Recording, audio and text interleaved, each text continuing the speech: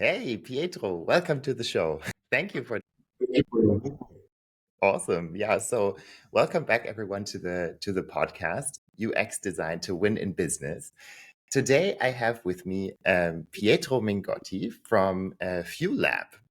He's a seasoned SEO expert, and we had this conversation the other day. So our two agencies work more and more together, and he had this notion of um, well, I bring I bring traffic to other people's sites, and then if they have a sucky user experience, then the conversion rate can't be what I really want them to have. And this comment kind of got me into the idea to have this episode, and I'm really curious to get your perspective on user experience and that whole thing. But maybe you could do like a quick intro for yourself for people who don't know you.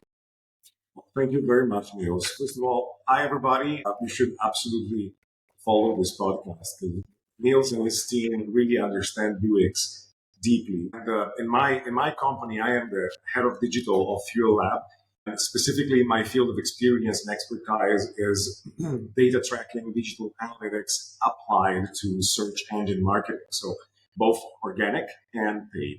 And I've been doing this since before Panda update of the Google core system. So I've seen SEO from where it was about keyword stuffing to when it was about all the links to when it was about EEAT, and now with AI suggestion, generative search experience, and all of that. And what I can say right off the bat is that the fact is this: we have moved from a technological context where microdynamics of complex yet still siloed machines would understand how to rank a result on search engines to a much more holistic and complicated and complex array of intelligent systems that are pursuing one only goal, which is Google's only goal, which is user experience. So to deliver the best content, the most satisfying one, the most secured one, and the one that when the user will have clicked, will have a good experience on the destination website. Right off the bat, the reason why I also was very looking forward to start with this episode with Niels is that if you are looking at user experience as some theoretical idea or something that is only prone to optimize your conversion rate, having said that it's fundamental, and what Niels said is absolutely true, you're in for a bad surprise because in the years to come, user experience is also going to determine whether you rank or not in the first place. This piece on LinkedIn as well, when Google started to introduce this. How do they call this? The AI summary for the simple questions?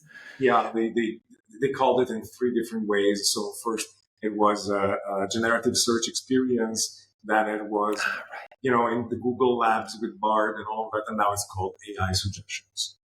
Right. Yeah, exactly. And I think you made a couple of very great points about this. That that of course stirred up a whole discussion that even made it into my LinkedIn feed.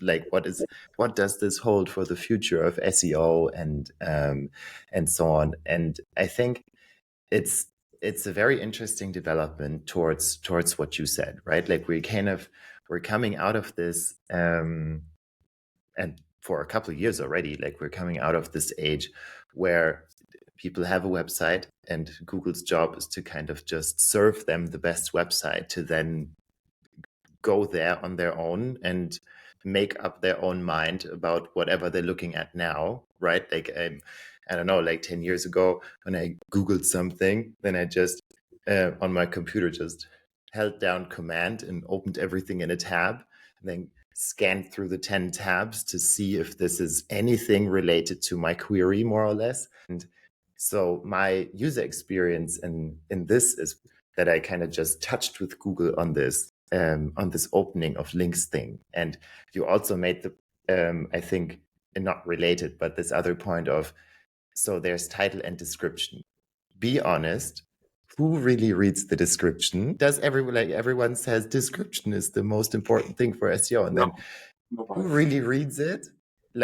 So I really like that, Paul. I think that's the experience when we're still on the search engine, right? And so we have very limited control over that. We can only choose to be smart with our titles.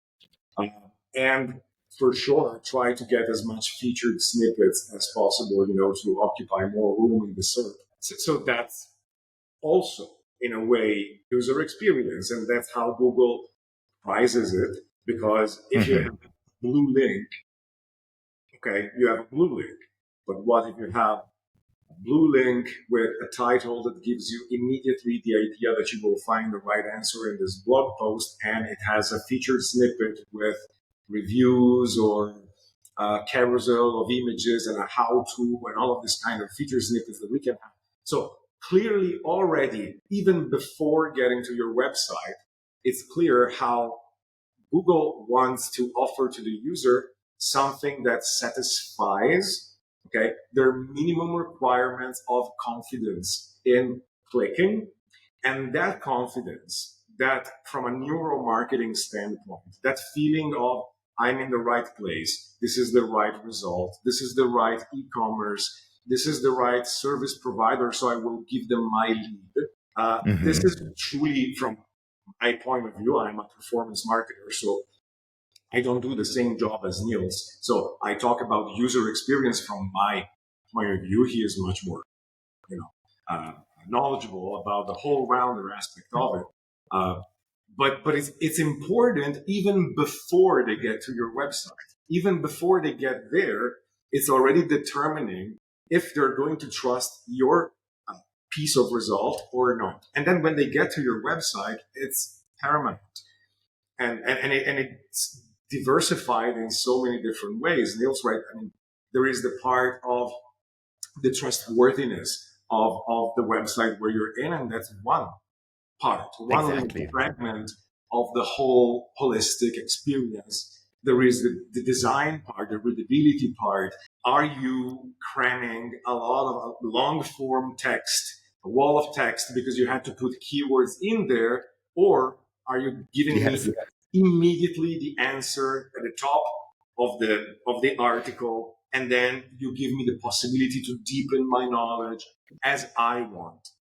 Are you trying to sell your products with the excuse of ranking or Google, or are you actually giving a positive service to the user to satisfy their search intent? And so all of these little tiny dots in what you're doing with your content, they translate into design assets, pieces of content, how you create the experience. Because at the end of the day, from the moment you pick up your phone to the moment you place it down, you are having an experience on the screen.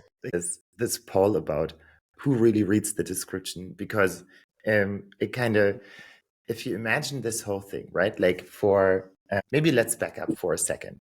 So what Pietro and I are talking about is SEO is a way to get people to your website, or to your website, to your landing page, to whatever, where your campaign ends, or however you set it up. But the point is, Pietro can help you to get people to notice you on the internet, so to say. But as you rightfully pointed out, it's not even necessarily only the beginning of the journey to interact with your digital product, right? Like, you have either a service, or you actually sell a physical product, or whatever you do. But you can come to this from, I don't know, let's say Instagram or LinkedIn. Like, so there's the social channels that might be set up in a way that you come to a landing page inside of this website. Maybe you even saw this and then kind of browsed through it for a little bit. And then a couple of days later, you either kind of remember it, or they send you like a retargeting email. So it pops up in your inbox. Maybe you even left something in the shopping cart, and then we're like, yeah, maybe, I don't know. And you receive this email and you're like, that's true. That is totally true. Let me get back to that website. And then maybe you just, on a different device, you're somewhere else, like you were on your computer and then you're on your phone or your tablet, and then you search for it and you end up on the page again. And so I think what we're trying to get at here is, and that is generally the case for user experience, is that it's an intricate setup that has this quality of it. We want it to appear as easy as possible. Like the result of our work is that people don't have to think about anything, kind of search for whatever they're looking for. They come to a website that right from the get-go meets you with the description of the problem you're trying to get rid of. And that is either a purchasing decision, or you're looking for information to learn something. And the conversation today about about SEO and about all of that stuff, like for me, that is really a big part of what user experience is going to be in the future. That's why I was also looking forward so much to this, because and maybe we can expand on this topic a little bit. Search, especially this year, has just taken a turn, and I think there's no way to go back to how it's been.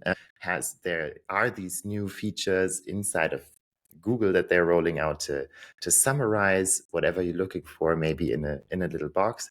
There's also other search engines. I know a lot of people who don't Google anymore and just ask ChatGPT and accept the fact that it might be off for 20% or whatever. There's search engines like Perplexity AI. There's all of this sort of stuff. And so, Pietro, for the years to come, right? Like the realms that I think in still are, you run a website, you want people to go there. Then on that website, you want them to do whatever, like either buy a product or contact you or do something, and you design the website in a way that they can arrive at this point to be confident enough that you're the right person that they want to talk to for this problem that they're having. What do you think? Do you have any idea of how this is going to be in the in the future? Like how these AI enabled assistants, is this just a phase, or will it really change fundamentally? Do you have any idea about that already? Well, if I had the glass orb that gives answers about the future, probably I would not be still doing search engine marketing. But analyzing data gives you some insights into possible scenarios. AI arrived in a moment where there is tons of instability outside of technology that make it unforeseeable to be a serious professional and talk about how the future is going to be at the same time, because we've got a global war going on, we've got a global climate change, we've got so many challenges that are going to influence the development of technology. And who is this technology going to develop for?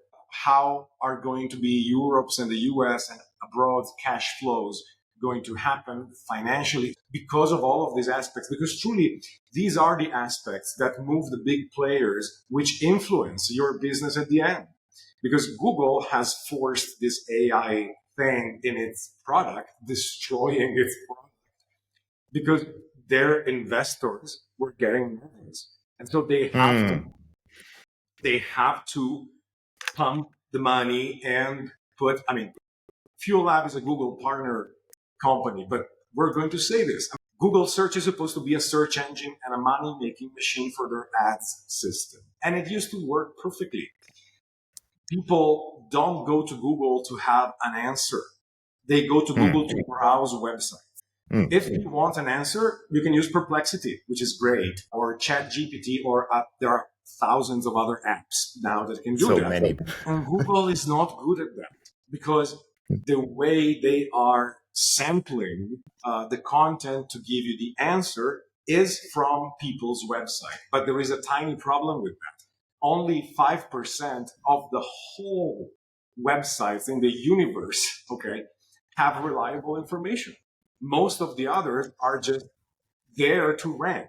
You make articles to rank. You don't make a website because you're passionate about skincare and you want to write about skincare because you already know you would never show up. So if you decide to do that, it's because somebody here at Fuel Lab or in some other company decided to make an editorial plan on a specific semantic entity to target specific queries to nurture a specific part of the marketing funnel to eventually get to a goal.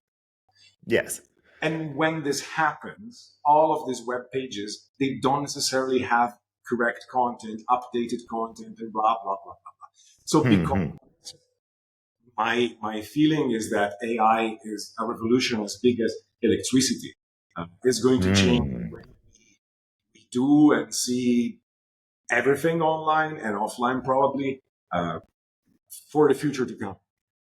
I don't know in which impact is going to change SEO. I think that the way that we've been doing SEO, which is why we call it OSE in Fuel Lab, because SEO is search engine optimization. We call it organic search engineering instead, because there's only so much that you can optimize for a search engine, which is still very important. Technical SEO is always going to be very important because if a machine is reading your HTML, your content, to understand, it cannot position you. So technical SEO is fundamental. Semantic SEO is fundamental. All of these things are important, but they are not enough because doing technical SEO and the semantic SEO only is a little bit like putting the best tires on a car that doesn't have the engine. So the thing is that your content, your idea, the way you make it better than others, that's the engine. That's what differentiates you from 1,000 other pages that are ranking for the same search queries. If you make a little experiment now and you open another tab on your browser and you type in the query for which you would like your content to read, you will see that Google on top showing 10 pages out of 5 million. So, I mean, this is what we're talking about. So because of that, you should not be so concerned about SEO to solve your issue. Your issue is what is your website's monetization goal? What is the goal of the website? Okay. When you know what is the goal of your website, ask yourself, why would I choose my brand over the 5,000 other results that are out there? What can I offer more? How can I customize and tailor the experience for my user to make it such that my website is better. It's preferable. This is your problem. This is what you have to focus on. Then how to gain traffic, acquire the right traffic, all of this. It's the same job whether you have what it needs to reach the goal or whether you don't. If you ask the marketing agency, do SEO optimization on my website, yeah, we're going to, but as Neil said, kicking off this chat, that's not necessarily going to make a difference. And nowadays, not even an impact sometimes, because the various systems, people think there is one algorithm that runs Google. It's a little bit more complicated than that. There are hundreds of different algorithms doing different jobs. This gets mixed with human raters, which go through websites. And all of these are ranking signals. Okay, they're signals, they're put together, and then they have to clash against what is domain authority, how old your domain is, the reputation of your domain, the seasonality of the search about your content. I mean, it's much more complicated than there is an algorithm and I have to put keywords in because I'm smart. Exactly. And the thing is that the machine got so complicated and smart that it knows that there are SEOs around. Google knows that we are optimizing content. So they are basing more and more, and this is documented in the API leak that happened 1 month ago from Google. They're basing their choices more and more on the perception they have of the user experience on the website. So interesting. That is such a I really listened to you right now in absolute awe because I thought that was a great summary of what we're going to deal with in the future. And I mean, you and I are old enough to come out of an age where the internet was like 1% of what it is today, right? I mean, just in sheer size, like AI put aside for a while, that we have now like a year of AI content being generated and dumped on the internet. Like even before, it was so massive that, of course, Google and other search engines had to be much more complex than they had to be 10 years ago just to have a chance to sift through all of this stuff and somehow surface something that's useful. I mean, I think you're also really making a good point focusing on the user and as a human being, right? Like you even mentioned that probably for, I don't know for which sites, but that even Google is including humans to rank sites and give it like a partial score of the overall thing. One thing that I always have in our agency life with customers that we have, like they kind of they know, like, so the business owners, they know, yes, we probably have to have SEO and we probably have to do, like have some ad spend, and we should probably be on all the social media platforms. And the way I try to explain how to get like to a holistic user experience is that these are all individual activities, as you also pointed out, right? Like also SEO is like one part of the picture, and you for sure need this part of the picture, but it's just one part. And I think in the hectic of looking at your competition and trying to get ahead and trying to figure out for your own business, how can I somehow win in all of this mess, right? I think it's always been a huge job to figure that out, or like what to decide is a good strategy for my business. Also, as you said earlier, that AI came at a very, well, it's probably never a good time for anything, but it could have been better, I guess, like, right? Like global economy being more like, let's see. We had, I mean, that was like 1 year after the huge tech layoffs, and so massive chaos going around. And I think we also noticed at Dinghy that our customers had a much higher, I think even higher than during COVID. And that's something to say. Like since AI arrived, the level of uncertainty of what would be a good decision strategy wise for to win in the digital landscape, everyone focuses on the activities. And I think something that's always being overlooked in this hectic is if we step back for a second and look at what we have, like when we search our own company now and kind of take the journey that our customers have to take, just from our own human judgment, like even if we're the owner of the business and of course we know everything and we understand the product perfectly, I think if you do that sometimes, you kind of stumble over things for yourself already because you've been focusing on individual things and not on where they meet.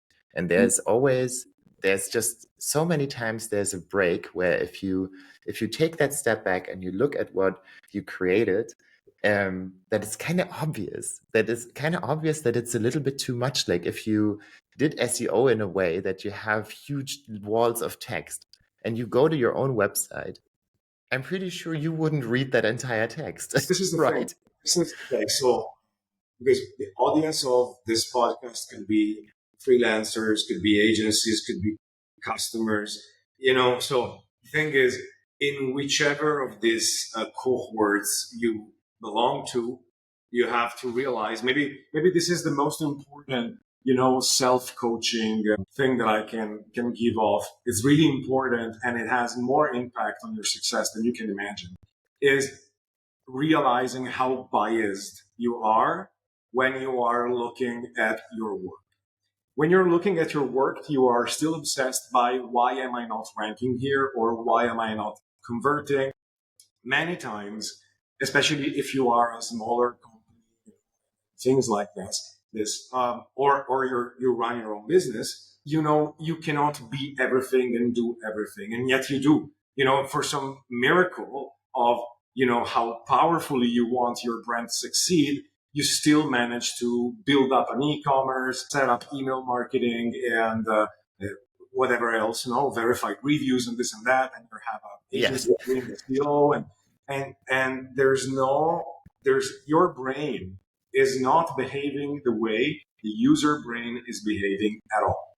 And as an example, I hear often from customers that they're going crazy because they say the e-commerce works. Look, I can add the product to the cart, then it's the checkout, and I can apply even a discount code. And look, I've even said it's possible to choose to switch between PayPal, credit card, and bank transfer. And now, why? And the thing is, of course, you strive so hard to have all of these functionalities, and in your brain, what's important is that these functionalities are there, but you don't get to see that it's obvious that those functionalities are there. Even some scammy website done in some warehouse in Mumbai is going to have those functionalities, but you don't get to see it. You don't get to. You have no chance to see it until you realize that you are biased because you're looking at your own product. Mental exercise to manage to detach and be merciless at yourself, like users are, because we have a big problem called Apple. I would say that kind of set on a customer destroys everything. Set on a customer level for everybody in every age cohort, in different countries and cultures and all of that. But that is the level of good quality design. That's what I mean. Exactly. They destroy it for all because the bar is so high. The bar is so high, and when you get to something that is lower, you kind of feel, Totally. Maybe this website was updated 10 years ago, probably. Yes. Or again, the user is depending on the industry, but if you are in B2C retail and you have an e-commerce, users expect you to have like 10 different payment methods. And for sure, you see bank transfer there, which screams, I'm not updating the website since 10 years. Totally. As an example, like Klarna, like all of these different ways of paying, Apple Pay, these sort of things. So now we are spelling nuggets now and really tiny things that might or might not be relatable to the person who is listening. But this is the point. In my experience in the past 15 years, the thing is that user experience is the only thing that matters. And I am not as good as Neil is at crafting this, but I am good at seeing it. In fact, in our first chat together, can I share about our first interaction? Absolutely, yes. So Niels reached his company, reached out to my company because they were interested in understanding a little bit what could be done SEO wise. Our professional policy is if we think we can help, we kind of go in. If we think we're just going to be milking money, we prefer to give some insight and things like that and suggestions and then see if we can work together in the future. So, of course, when I got this lead from Neil's company, first thing that I do is look him up, right? So first thing that you do is always lead qualification. And so I wanted to understand what I was talking to. And so I go to their website. So only because I went to their website, it was such a pleasurable experience that conveyed so much quality, attention to detail. My navigation was perfect.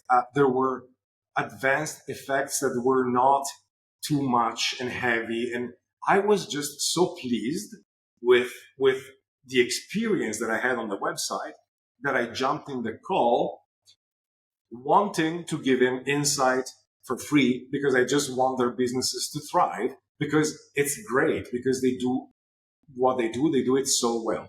So in this case, if I received this lead and I went to look up Niels online and he had a average website, nothing special, same old stuff, same as everybody else, marketing their services. And, I would have been like, okay, maybe I can sell a programmatic SEO contract to these guys and shoot a bunch of long tail keywords and maybe it'll work. So let's just get into the call. So you see how differently in this case, the experience that I had when I was getting to know this entity changed my emotional state. It changed my mental state, my emotional state, the way that I approached this. And this is the same when you are doing lead generation for your business, when you are doing e-commerce, and it's really important. Hours too, but I think that's actually, maybe that's a great way to get this episode slowly to an end, because I think that's like a really great summary of what actually matters, right? Like we talked about features and that you're probably very proud that you integrated Klarna into your platform. And if you ask your users, nobody will give like a rat's ass about it, to be super frank. Like they'd be like, what, you didn't have it before? And that's all you get.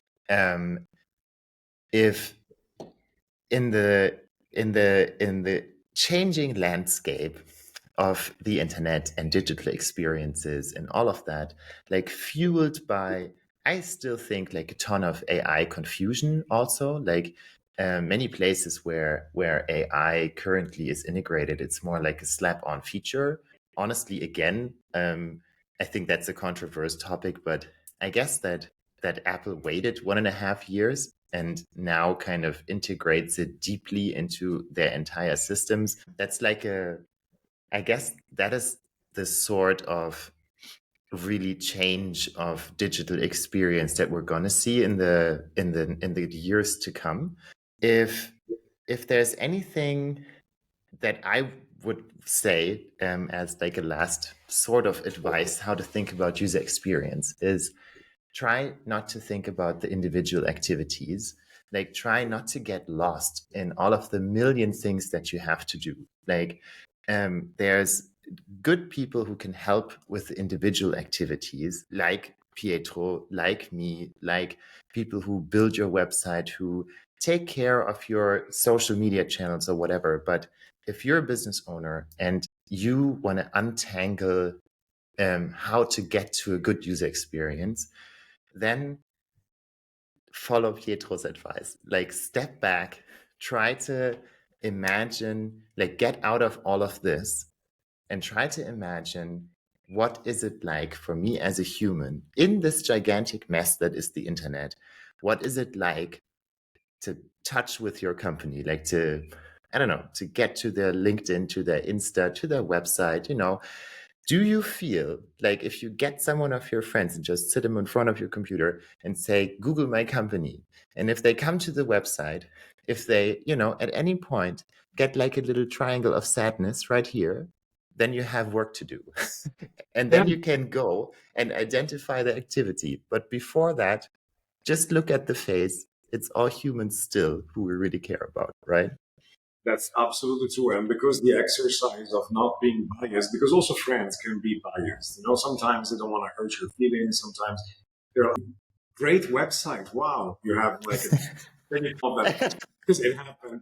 So also there are UX assessment services like the ones that Niels does. Sometimes that's a great idea.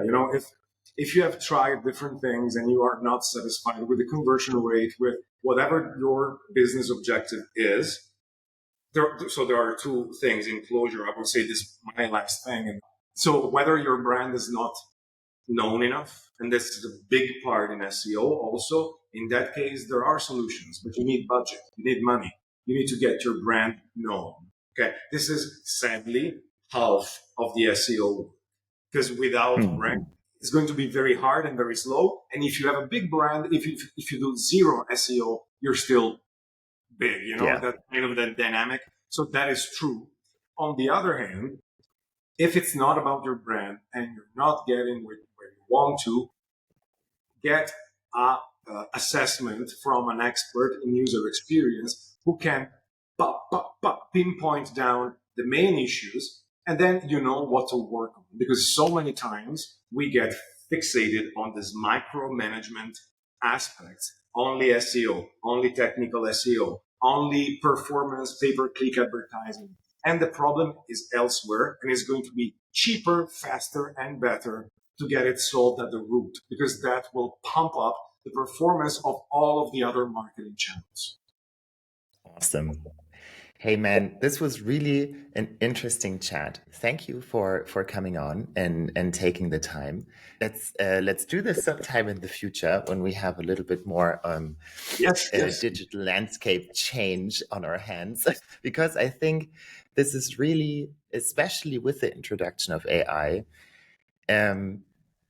the way that we interact with products, and the way our digital experiences are going to be as users, I think it's really, as you said, like it's a fundamental shift. Everybody is still running around like headless chicken, and it's still to be played out in the next couple of years. And I think it's very interesting, but the common denominator is still, it's going to be humans that we care about and how they deal with all of this. And so let's see. Hey, this is it's interesting times. I think the internet is kind of being invented again. It's true, absolutely. Thank you so much, Niels, for inviting me. It's always great to talk with you about business, and I'm always happy to participate. Nice. All right. Thank you for everyone for watching. Reach out to Pietro if you really need a pro opinion. As you explained, I thought I was in this mode of caring about one single activity, and I thought we needed SEO. And Pietro set me straight and said, "Look, you got to work on your content first and foremost, and have people understand what you even do before we do all sorts of SEO technical magic." And so thank you for that. For me, that was a great user experience. Cool. All right. See you everyone in the next one. Ciao.